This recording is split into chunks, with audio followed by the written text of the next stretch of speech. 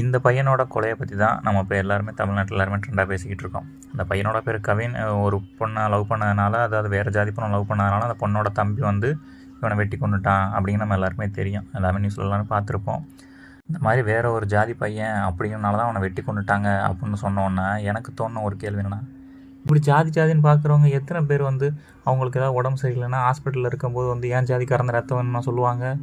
பொழைச்சா போதுன்னு சொல்லுவாங்க. இல்லை உங்களுக்கு ஹாஸ்பிட்டலில் ட்ரீட்மெண்ட் பார்க்குற டாக்டர் வந்து ஏன் ஜாதிக்காரன் டாக்டர் தான் எனக்கு வந்து ட்ரீட்மெண்ட் பார்க்கணுமா சொல்லுவீங்க?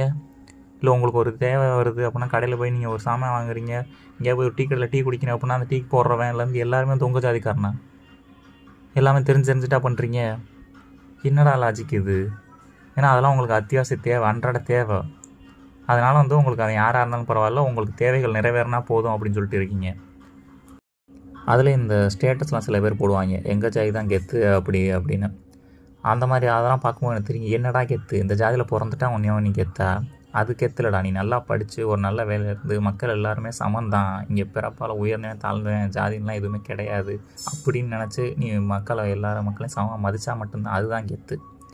இந்த மாதிரி ஸ்டேட்டஸ்லாம் போடுறவங்க நீங்கள் பார்த்தீங்கன்னு வச்சுங்களேன், அவங்க யாருமே வந்து அந்தளவுக்கு படிப்பறிவு அந்தளவுக்கு இருக்காது.